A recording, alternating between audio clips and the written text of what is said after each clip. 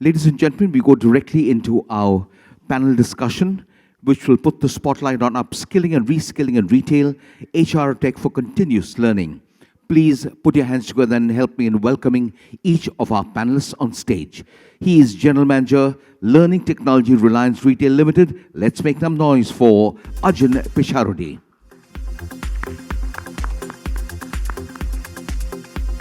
He is Director HR Pepe Jeans India Limited. Let's welcome Dr. Sanjeev Kumar Chauhan.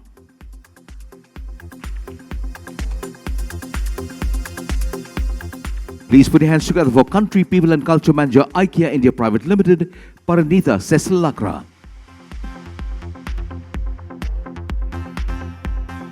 Let's raise a cheer for Chief Human Resources Officer, Westlife Food World, McDonald's India West and South, Kumar. Let's warmly welcome to the panel Head of Corporate HR Trent Limited, Tanaz Mullah.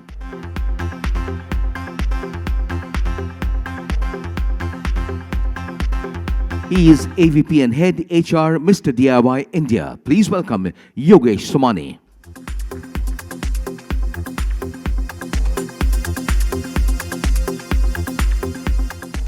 And ladies and gentlemen, please put your hands together for our very erudite moderator, strategic growth consultant and CTO, Shubhan Ventures, Seema Arora Nambiar.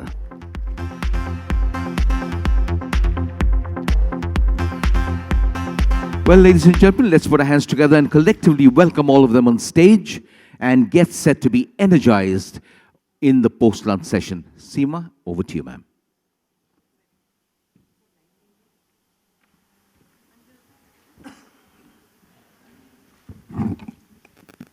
Good afternoon. Thank you so much for that very kind introduction.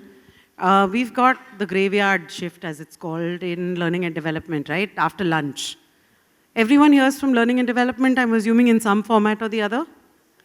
You guys know how hard it is? Yeah? So please, I can see Chirag putting up his hand. You've slept in many of my classes. So please, try and stay awake for us. We've worked reasonably hard to get this to you. And please do ask questions. All right, without further ado, so that we try and get back on time, we've got a very, very experienced panel here. We just wanted to start by setting a little bit of context around skilling, reskilling, and upskilling, right? Skilling is work that we're seeing happening across the country currently, because that's a need, right? We're seeing growth, we're seeing all kinds of changes that are happening in the country. And I was reading an article yesterday that talked about manufacturing in Tamil Nadu, that they're going to be running short of people. With the push that the government is giving all of these sectors, there are also sectors that retail hires. Retail is the second largest employer in India of people, right? How does one take skilling now up to the next level? Because we're all facing the pressure of, there is higher consumption, but there is also higher pressure on cost. Right? And that's where the whole reskilling and upskilling part comes in. So what we're going to do is, just as a format, we're going to kind of go around the panel asking a few questions. We'll leave about 10 minutes at the end for the group to kind of ask a few questions. Right? All right. So let's start with Rohit. Rohit, you've come into the job about a year ago. And see, this is my legacy that I've handed over to him, so it better be, say nice things. There are no problems here. Will you validate?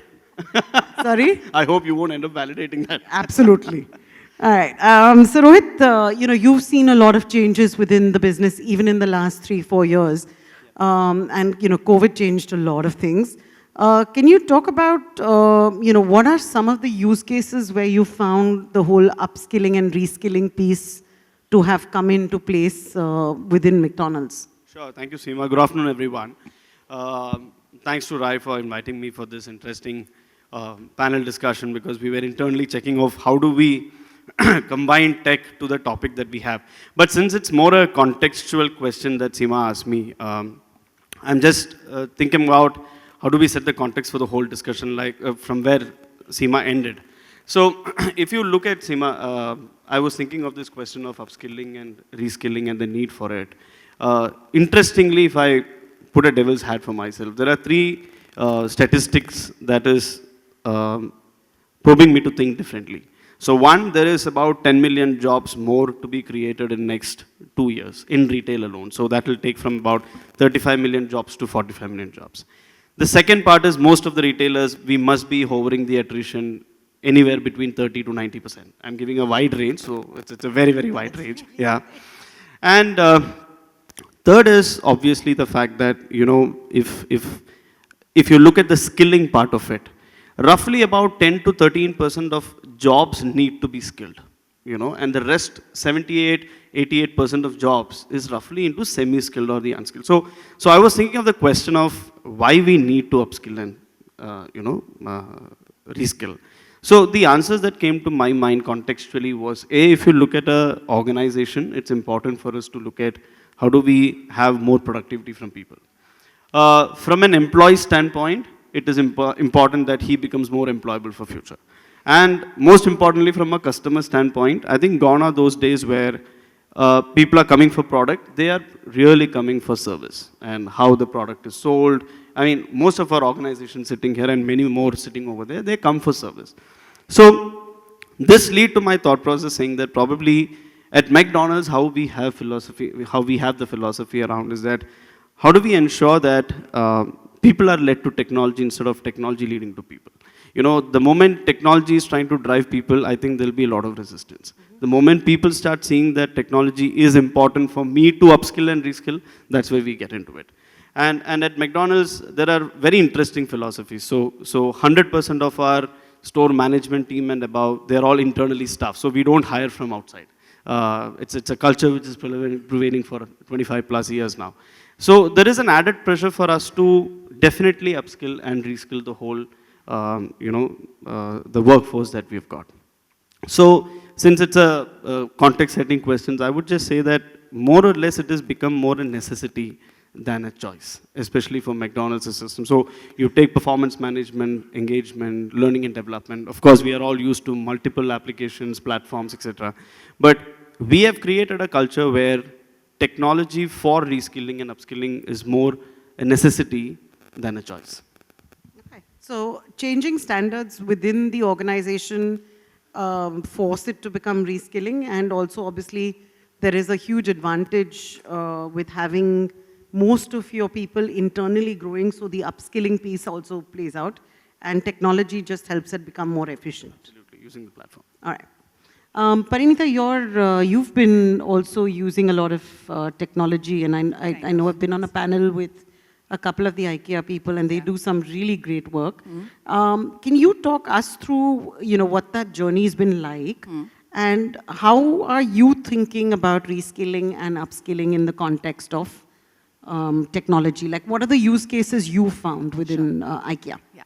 And then, and thank you for that question, Seema. I think this morning it was really interesting because we are here looking at technology and HR and how they come together. But the interesting thing that we've experienced is that it's not just only technology that comes, that we meet within people and culture, but it's also what happens to all the other functions around us, what's happening to supply chain, what's happening to operations. Where it may not be an HR domain per se, but there is a massive need for them to be able to understand the new way of working. So for us, I think when we look at upskilling and reskilling, there is a resounding yes in small bits, whether it's within the functions, within people and culture. We are starting to see the need that we have to move from looking at technology or upskilling as something that we need to do versus accepting it as organic and intrinsic as we walk from one end of the room to the other. Because one of the things that we are being very, very conscious about is that, yes, today where we see a skill gap, we know that there is a bit of work to do, but that's not going to be the end. When you look at years ahead, change and introduction of technology is only going to get faster. And what will be in our control potentially is how we respond to it. So I'm bringing in a leadership angle into this part. And not just people who take, let's say, organizational positions as leaders, but for every coworker, how am I looking at the new ways of working that's coming in, the new tools that are coming in, how does it enable me to do my job better? I think how can we, and destigmatize is not the word, but how can I make it into an ally instead of looking at it as a foe? So a lot of awareness around that. Fantastic. So changes in the way that your business operates at the technology level is going to be a big reason to reskill. I get that. And Tanaz, that brings me to the question to you, right?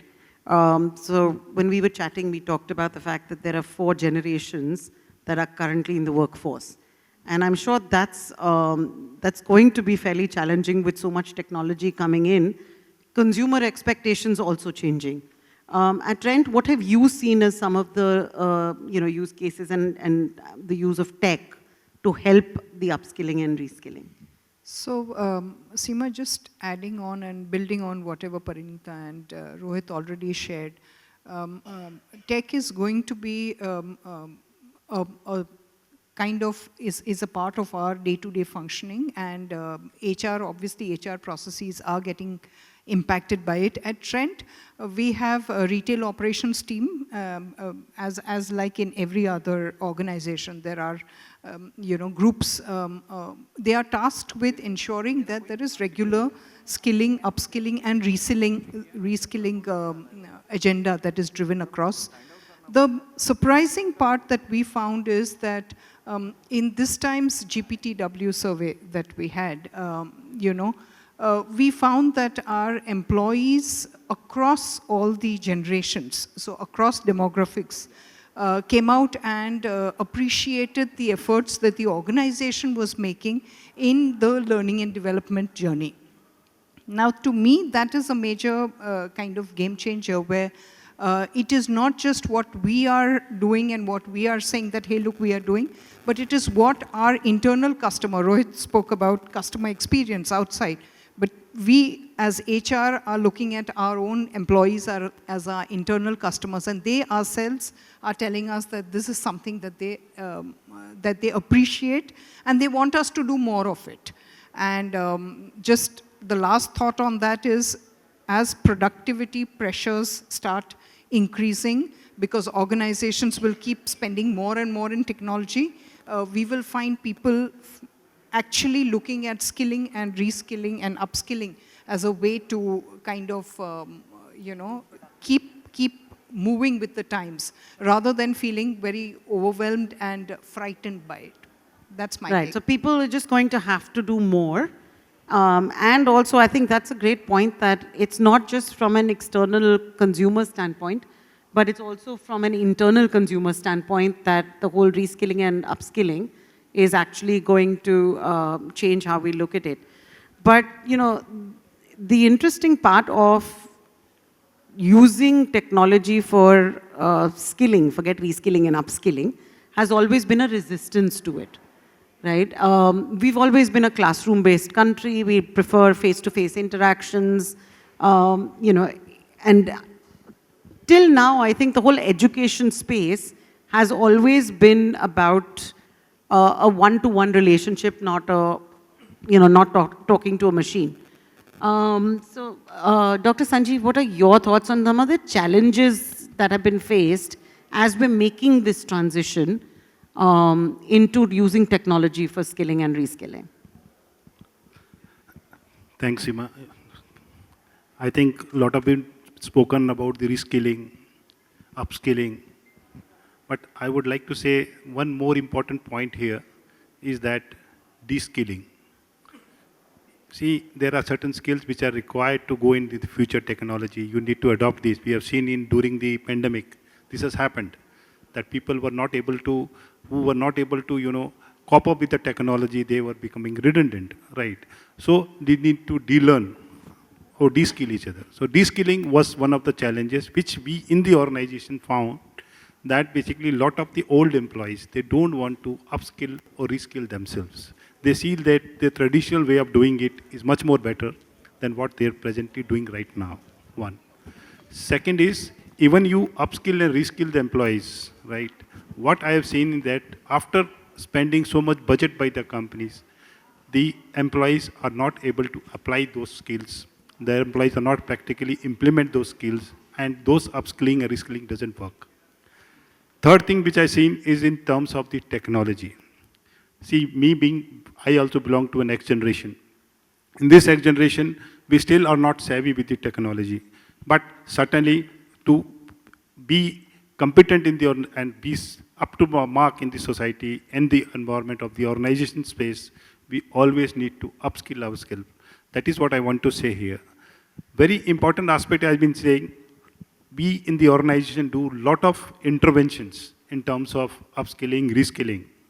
But believe me, I can tell about millennials want to do, but old employees don't want to do upskillings. They don't want to do reskilling. For them, reskilling, upskilling exercise is something, something away from the monotonous work, something a fantastic, holistic fun with a nice lunch, right? So this is not the upskilling and reskilling works for. This is what the challenges in the corporate we face.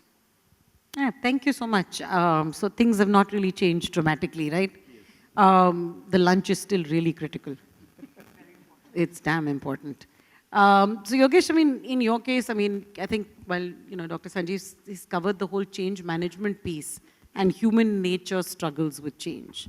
Have you faced anything in, you know, at your end where you found a challenge with not just the human side of it, but even the technology side of it? So is it like putting a program onto technology, is that difficult? Yeah, actually, since we are talking about reskilling and upskilling here, and not the routine training programs or the induction welcome programs, there is an interesting analogy that I was, I was reading a case study a few days back, and I thought it just fits into, this place correctly. So there was a study in 2007 done in Israel, and what they were doing was they were doing a case study on all the penalty shootout that happen in all the elite leagues and world championship. And they analyzed, and these were for all elite goalkeepers. So when they analyzed the results, they found two very interesting things. So one was the goalkeeper was getting into the action even before seeing or observing the direction where the kick is going to come in. Okay? And second thing is more fascinating because I think all of us have seen penalty shootouts in soccer, right? And I at least don't remember a case where the goalkeeper was, staying put in the center. He was always either jumping in the right or the left, okay? But the study, when they analyzed 286 shootouts, it said that the most optimal result come when the goalkeeper will stay put in the center and not jump in the left or right, okay? So, which means that there is such a strong bias for action. And when we are talking about effective, why the training interventions or the upskilling, reskilling interventions are not effective is one of this reason. There is so much bias of action in the line managers as well as the HR and L&D folks, okay? Either it can be because of the dysfunctional relationships, but what you see is a line manager is always very, very keen कि training करा दो, upskill करा दो, reskill करा दो मेरे बच्चों को, मेरा target meet नहीं हो रहा है.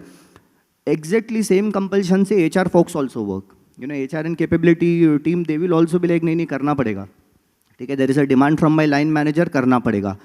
And this is where, if you ask me, the journey to ineffectiveness starts. Because there is a bias of action and not taking a momentary pause of, I want to hold and see what is required. So first and foremost, I think we need to analyze data. Okay, you need to see what are your long-term business plans. Okay, what are the future competencies that will be required in the first place. Then, after you've identified, okay, these are the skill sets that I need in the future, then I go to, okay, what audience do I train? A lot of times our interventions are ineffective because we choose the wrong audience itself, right? A lot of time it is, low-hanging fruit hai, inko baitha dete hai. But the reality is, I think, as L&D folks or HR folks, we should stop reporting man days and man hours. What we should report is the, what's the impact the training is going to have. So I think identify that right audience is more important. Okay, this is this is the layer in hierarchy that I need to upskill or reskill so that I get maximum impact out of it. Once you are done, you need to identify the competency gap between the as-is state and the future state, which again very rarely happens.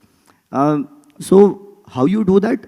That is where you get taken, right? You identify, you run assessments on these people, identify what is their as-is state on these competencies vis-a-vis what is required in the future state.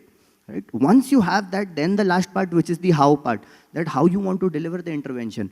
Again, we are obsessed with classroom sessions or, 5 din ka journey kar diya. But if you ask me to make it effective, it needs to be an intervention, it needs to be a journey of at least 3 to 6 months because we are talking about reskilling and upskilling here.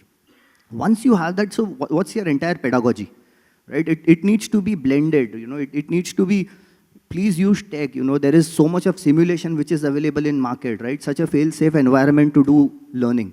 Use simulations, gamify your entire learning intervention, and then finally also tie it to very, very strong rewards and recognitions when these people start displaying those competencies. So for me, I think, these are the steps a lot of time we miss because of our very strong bias of action and, want to do something very quickly, and that's where the entire intervention goes for a toss. So yeah, that's my thought on it. Right. So, two really large challenges that we see when we're actually implementing upskilling and reskilling programs, and I think they're very large topics, too large to talk about in a 1-hour forum, but yes, Ajin.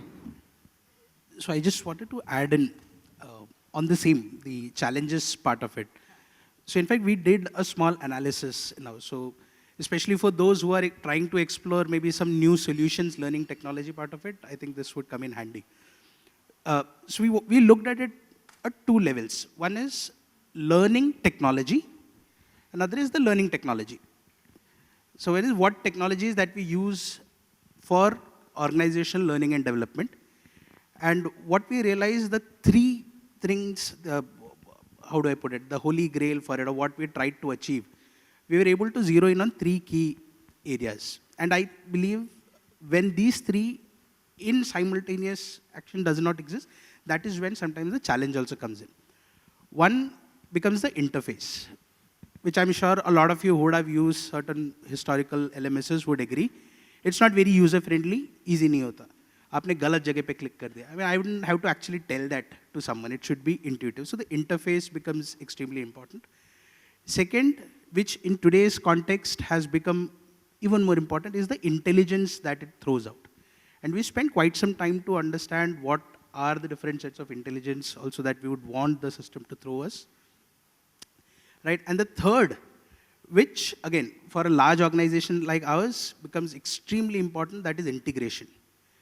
The ability of the platform to integrate with different modules of ours. So is it integrated with the talent solutions? So when we see that either one of these is not there, for some reason, the overall outcome that we expect out of the learning technology is not optimal. Right now, you may choose, or as an organization, you may choose what for me is the most important one and spend significant amount of time there. Now coming to the other part, which is learn new technology, especially in today's world where more and more roles are getting aligned to technology, where more than human resource, it's become a human-computer alliance more than just the human alone. There we decided to operate, again, we did like, kyun nahi ho raha? Why is it that people are not adopting certain technology? Wherein, when we floated out one of the sessions on around ChatGPT, we had over 2,000 people who said that I want to attend this. And we said, let's see, kaun ye kar raha hai. We did an analysis and we're surprised to see that it was from the length and breadth of the organization. We had senior VPs who had expressed interest there, plus a folk who is working in our warehouse also has applied for it. So, again, if we are offering the right kind of solution, I believe the adoption definitely would come in. However, there were other areas where we wanted everyone to kind of start with the buy-in part of it. Some have to actually work on it, and then comes the tool itself. So for the 2 academies that we launched very recently, we have created a methodology of mindset, skill set, and tool set.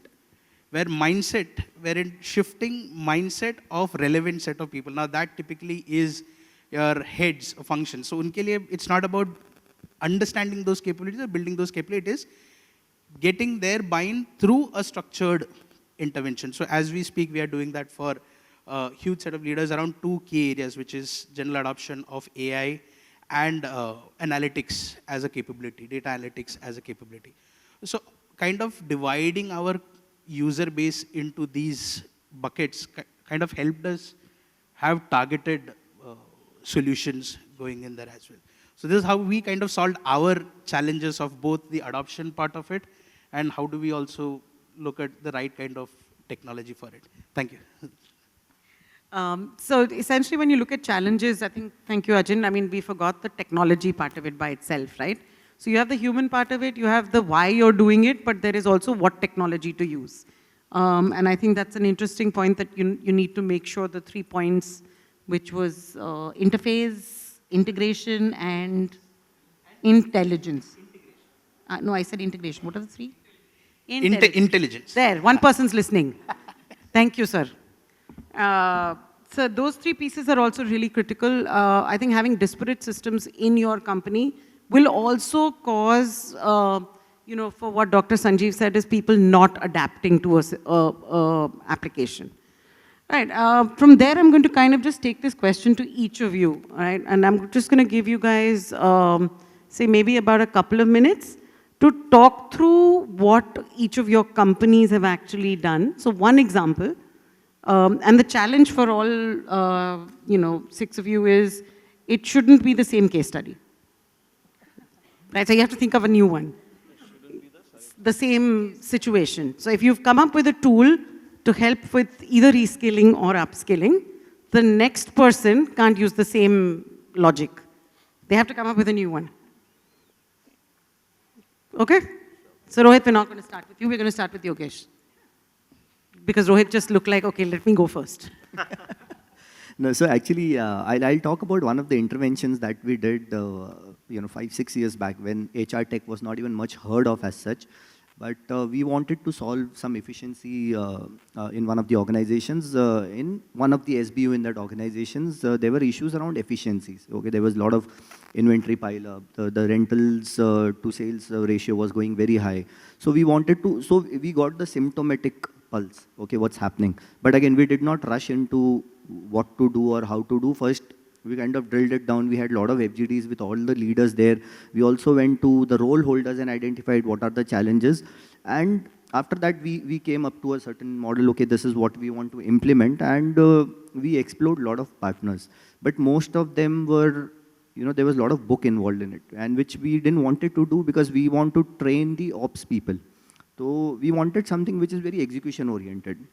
And finally, we found a very, very able partner. And so we did run simulations. So we covered 90 people, at a certain level and that level turned out to be the most impactful one. And so we used simulation. It was a 2-day classroom simulation. Wherein people are running business quarter on quarter, and they are making a lot of decisions with regards to inventory, people, marketing spends, budgets, and everything. And finally, your team will win on the P&L piece. So that's how we did, and it did not end there. Finally, each one of them, they got access to an app, and this I'm talking about in 2016-17. And they got access to this app wherein all those competencies were reinforced every week with a case study, wherein they had to come up with their thought process on that specific case. And finally, they had to pick targets of, what is it that they are going to do in their own area. And it was a 6-month complete journey, and the results were phenomenal. I think this is so we actually got award in RAI MMR for that same thing, because we invested close to around 30 lakhs, but the returns were to the tune of 9 CR. And this I'm not talking about due to market forces.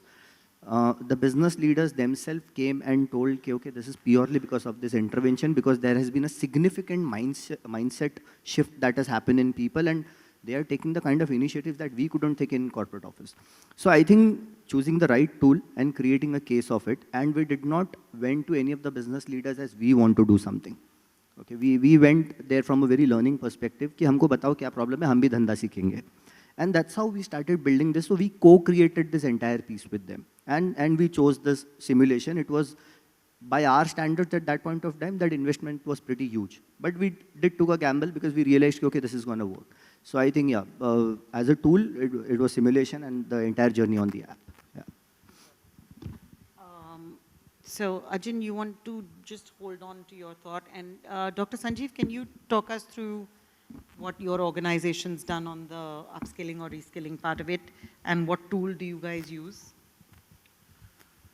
See, we have done in the digital space, we have implemented Darwin Box. And the Darwin Box, which we call internally in our employees a NEEV, as a foundation kind of an HRMS platform. But the experience of ours has not been so good. Why? Because we had made the learning journeys for most of the employees. But I could see the participation rate is very less. I can understand there are various reasons. To be very frank, I also want to get myself self-development. I don't have time for so normally I get up at 5 o'clock and read 1 or 2 hours in order to keep myself self-developed. Let us be very practical. So the work-life balance is such, the people don't get time to get into this, the learning space so easily. So they need to take a time. Unless that attitude and the passion to learn is there, the reskilling and upskilling issues comes to us. So this was my experience. Second was in terms of the ROI, right? When my management asked me that you have implemented this much cost on the company, what is the ROI on the implementation? To be very frank, it is very difficult. Why? Because I don't know, a lot of my colleagues are sitting, to measure and learning efficacy is not that easy, right? So there are certain tools which can measure, but certainly they are not very authentic. But certainly you can change it by their behaviors or the performance, right? So my journey says that basically the reskilling, upskilling in our Pepe, what we do is that for the front end also, we have now just in verge of closing in terms of the LMS platforms. We have used Train Circle earlier, and we have seen that the people came earlier, the youngsters, they don't want to go on the web, they want to come on the mobile, but they only want to come if there is something very entertaining for them. If something is for learning from them, they are not very inclined. I'm talking about the front end stuff. So that's my experience, which I want to share.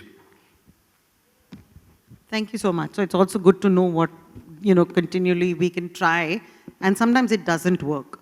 But I think the critical point is to remember that you have to keep trying different tool sets to what works for your different target audiences.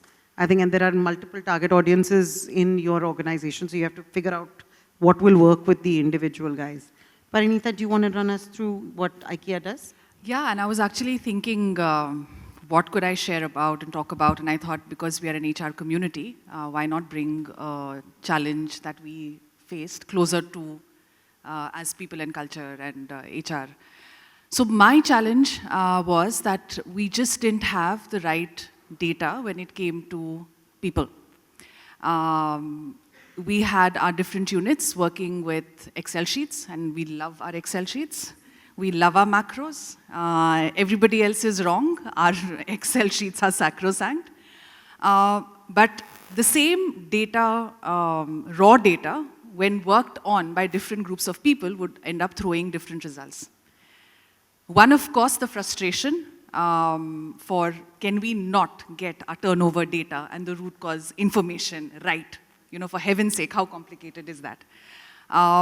But beyond the frustration, we started realizing, no, we need to look out for this, because if we are wanting to be business partners to our business and actually have strong, lead with data and not just from the heart as HR had traditionally been labeled, we needed to do something. So what we did was we invested in having a business intelligence tool. It's called Power BI. And my team there, I can see them smile, because it took us a journey of a few years to actually get first the PNC community to understand the needs and what it could give. We started off with, in the fun things to break the ice towards embracing and accepting a digital solution for our challenges. It would be like in HR forums, I would just suddenly pop up a question and say, who can tell me, in the last, which unit has the highest number of co-workers less than 3 years with seniority in their roles? So So we would start off in a fun thing that, fastest fingers first kind of a thing. But today, none of my PNC teams, from there were to say, Excel sheets बहुत अच्छे हैं, ये tool corrupt हो जाएगा, data गड़बड़ होगा, what if there is a bug, and all the zillion reasons that we could, populate together, to today when all the HR teams have it on their phone. All my business leaders have it on their phones. So when you are leading your business, you're also leading your people. So when you come with a challenge, it's not just to say, मेरी team में ये problem है, where are you coming from? So it's really helped us have a good fact-based decision making. But I completely go with what Dr. Sanjeev was saying. It took us time. It took us years to get here. What's going to be next? We will see what that shapes up. But today, what was new a few years ago has become a business as usual. कि ठीक है, data निकालना है ना, phone निकालो. We'll know where to get the information from. Wow, that is so refreshing to hear. Because, as HR people, we normally believe that it's about touchy-feely, emotion. In my many years as an HR and learning and development professional, the one thing I learned is it's all data, right? And human behavior is data. So if you've been able to do that, congratulations. That's a big one. I remember we used to have an MIS person. I'm not sure if he's still around, but that poor guy had a 1.5 month list. So if you needed something pulled out of Power BI, you had to give it to him on the list. Because he was the only one who knew how to use it. And everybody had to wait till that guy actually did it. But, okay. Tanas, how about you? Sure. So, Trent is very fortunate to be a part of the Tata Group. We learn from organizations like Titan, IHCL, and there have been many learnings that we as a team have had. One of the things that both these organizations have done very, very well is the way in which they've created their, their skilling organizations. Titan has done it with Retail Academy for many years and excellently. IHCL has, has also had a tie-up with Tata Institute, and they have a premier program. And we took a leaf out of that, those two examples, and we have tied up also with Tata Institute for a program. Now, the proof of the pudding is in the eating. How will it go? How will it evolve? We'll see as time goes by. But this is something that we have done, which is fresh, and which is thanks to all the learnings that we've had from our group company. So something new for the organization. Thank you. Rohit? Yeah, Seema, so a couple of examples since I'm ending this. It's important to get one more. No, Ajin still has to go. Yeah, a long list from Reliance, yeah, no doubt. So, but on a lighter note, when this discussion is on, I feel like we are a bunch of teachers talking about why kids are not learning. That is, we are doing Sam, Dam, Dand, Ved, everything, but still kids are not learning. That's a feeling I'm getting. Anyway, sorry? Are we learning? Correct. Teachers are learning. So, a couple of examples, one from the current organization and one from the previous organization. So, and I'm just trying to link what Dr. Sanjeev also said on the ROI part. One example from the past. So, we tried, Seema, having classroom sessions, platforms, e-modules, nothing worked. And then we said, how do we still get the competencies delivered to them? So we partnered with X. I don't want to be a brand ambassador for that. But what they did was they identified 10 to 12 competencies which are important across the organization. And they had these self-paced modules which we could roll out for all employees that we had. We roughly had about 1,500 people. Now there were 23 modules to choose. Now, by default, we would have said that it would have failed because we are paying for it and nothing. We ensured that in their KRA sheet, the last 10% is that they have to do 2 competencies through self-paced module. And it worked. Yeah. So irrespective of, and like I said, Sam, Dam, Dand, Bhed probably went into the Dand and Bhed way of dealing for training. But sometimes it's important because they should realize that we are ultimately doing it for their benefit and then leading to organizational benefit. So that was a great example where we successfully ensured that we are getting some bit of return because they could choose any of the module that they wanted to based on their own TNA. So that was one. At McDonald's, if you see, like I just mentioned in the beginning, that it's a completely internally promoted structure that we have. So we have something called CTNA, which is True Need Analysis and Job Rotation, and combined. So if a crew trainer joins us, and in about flat 36 months, he could become a RGM, which is our Restaurant General Manager. Now, for every role that they go through, there is a set of trainings that they need to complete. And if they don't complete, obviously, they don't proceed further. Now, there could be obviously still 80%, 90%, because as a team, we always keep thinking, how do we get that so-called ROI? We have started off a very interesting impact evaluation, which we call success of succession, right? So most of the time, we love to do those fancy things where we are happy with succession plan is on Excel, and we are ready, and yes, we are done. And then we say, look, 80% moved internally, 90% moved internally, and we celebrate. What we started doing is, post you taking up the role, after 3 months or 6 months, how much successful have you been? Now, that's the factor that shows us whether we have been successful in landing that person to that job. So, very high focus on, again, technology-driven, mix of both platform and probably Excel, I would say mix of both. But through technology, the solution that we provided for upskill and reskill, and then evaluating them on the succession success through internal modules. I think those combined, I think it's more a hybrid approach rather than absolute technical solution. I think we try to give a hybrid approach. Sure. Thank you so much. Ajin, over to you, and I've left the best for last. So Ajin, I think, has a solution for all of us. Ajin, do you? Yeah. So I was checking the time as well. Right? Otherwise, I can go on 10 and minutes, on. 10 minutes. Right. So, in fact, Seema, jokes apart, we have done so many things. And I'll stick to how did we use technology to kind of enable it or drive it better. If I have to start with also the stuffs we tried and we failed, I think we need to have maybe one more season of this. So that's the kind of list that we're talking of. But again, I'll stick to top 3 ones, which I felt the kind of impact that it would have today and long term would be significant. Right, and I'll talk about 2 pieces. One is more around a system of intelligence that we built and a system of operations. So from an operations part, this is one thing which we are kind of doing it at the top end of the pyramid, especially focusing on the leadership roles. So one of the culture that we are trying to build or drive, leadership culture that we are trying to build and drive, nurture, is a coaching style leadership. Right, and one of the initiatives around this was building internal coaching capabilities. So we have earmarked leaders in the ecosystem whom we are kind of developing as internal coaches. So building coaching capabilities in them, and they can go on and become coaches for performance-related or succession-related journeys.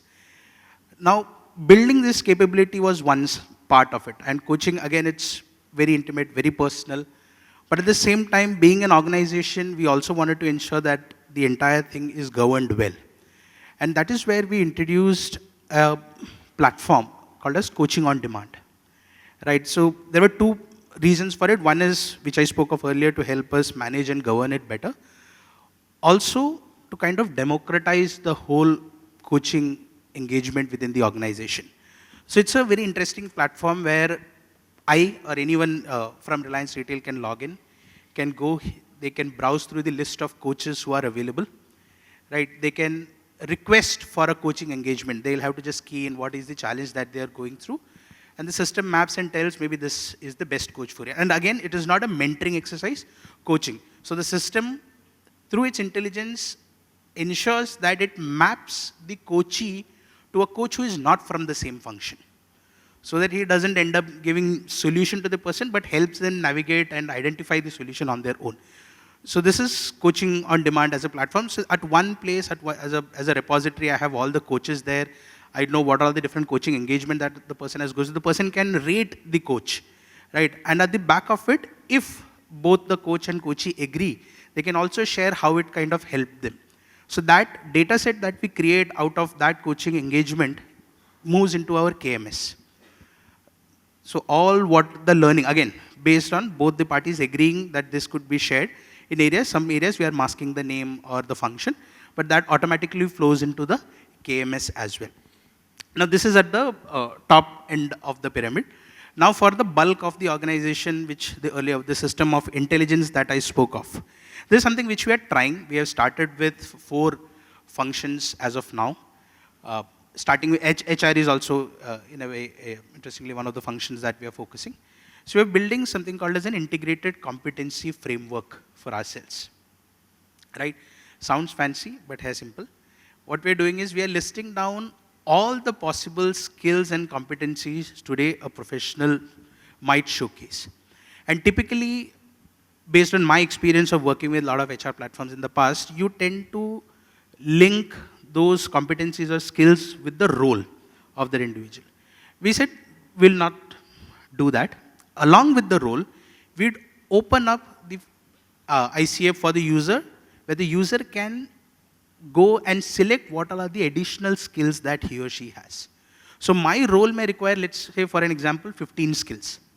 Right? So by default, system knows Ajin ka 15 skills here hai because the role requires these 15 skills, but the system does not have, or the organization does not have a visibility that Ajin aur kya kar sakta, what else can Ajin do. So here we are opening that up where the person can go and say that I have these skills as well. So tomorrow, coming back to the upskilling and reskilling, let's say the role is evolving. Right, so as an HR role, let's say I have certain capabilities around AI as well. Right, so the moment I change the job description, the system throws out an intelligence saying that these are the 10 people who are already ready for this role. These are the 15 other people who are very close to it. Maybe with a bit of building of these capabilities, you would be able to get them ready. And for the other 50 roles, you may want to look outside. Right? And the look outside part is the third piece which I would want to talk about, which we are operating at, not at the top end of the funnel from a employee journey, but outside the funnel. Right? I don't know how many of you noticed there was a small, 2 second ka hi tha, which spoke about something called as, we recently launched, we piloted Retail Samarth. Right? It's a skilling platform that is developed for India. Right? So we are not talking about Reliance here. We're talking about across the country, where anyone who has an aspiration of working in retail can go there, log in. So I saw Shopper Stop also, Talocity through Talocity, what is it? So we have done that, but not restrict. The idea is not to create a captive set of people for Reliance Retail, but building retail capabilities across India.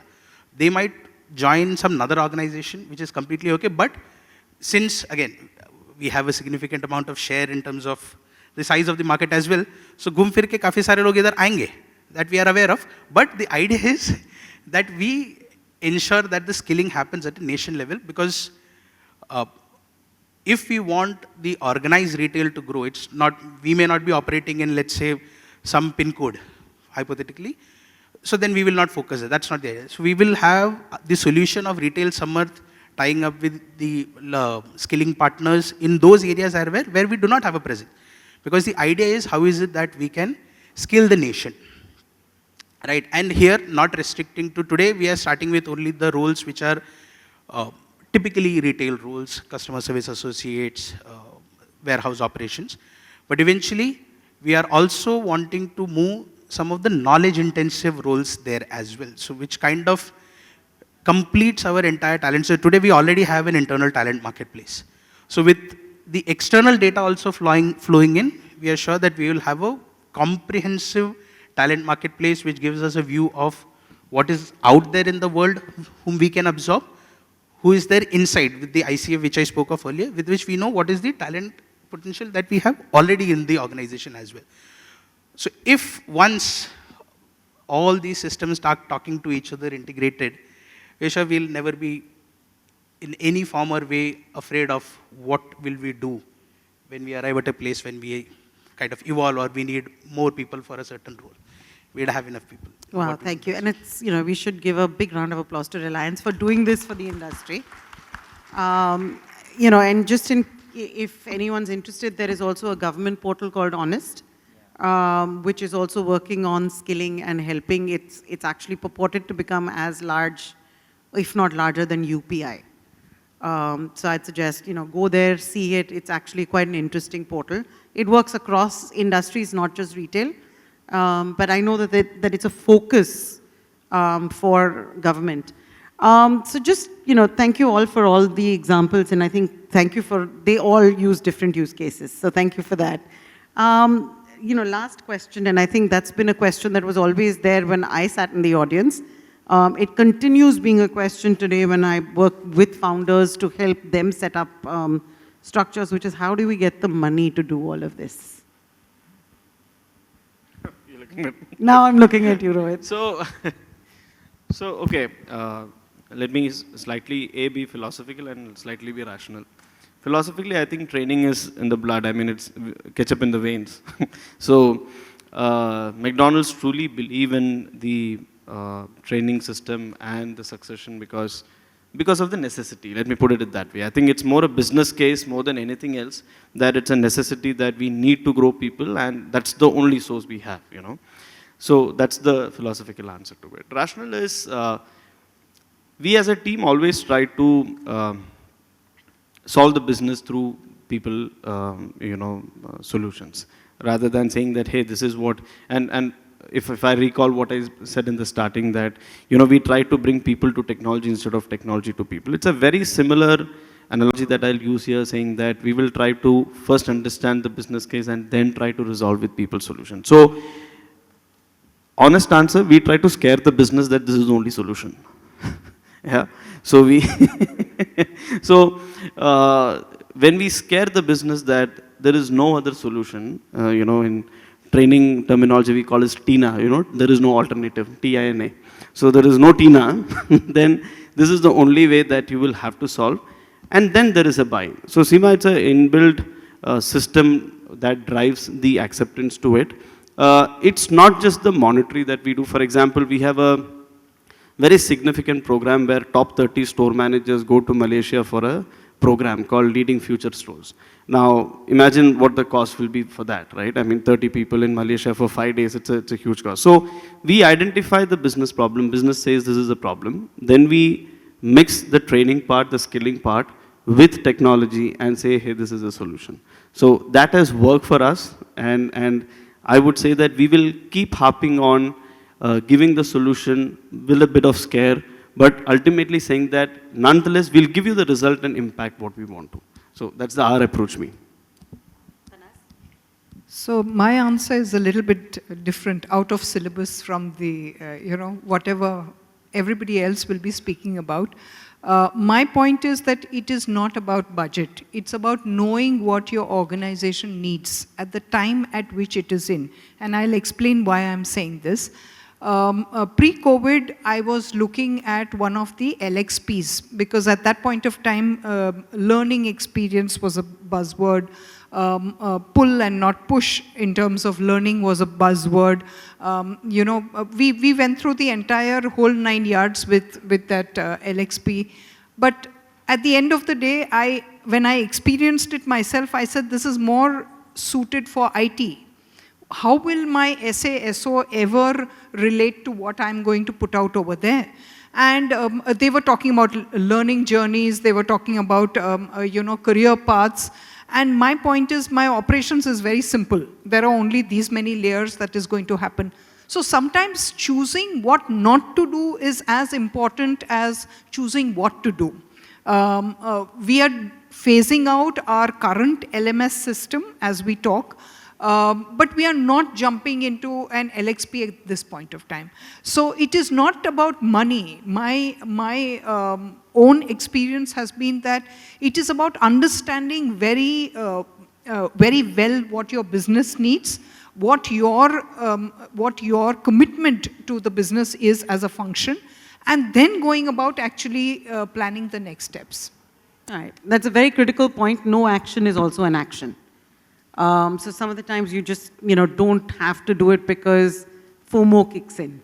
Learning to avoid FOMO is an important part of making decisions when you're choosing, anything for a large audience.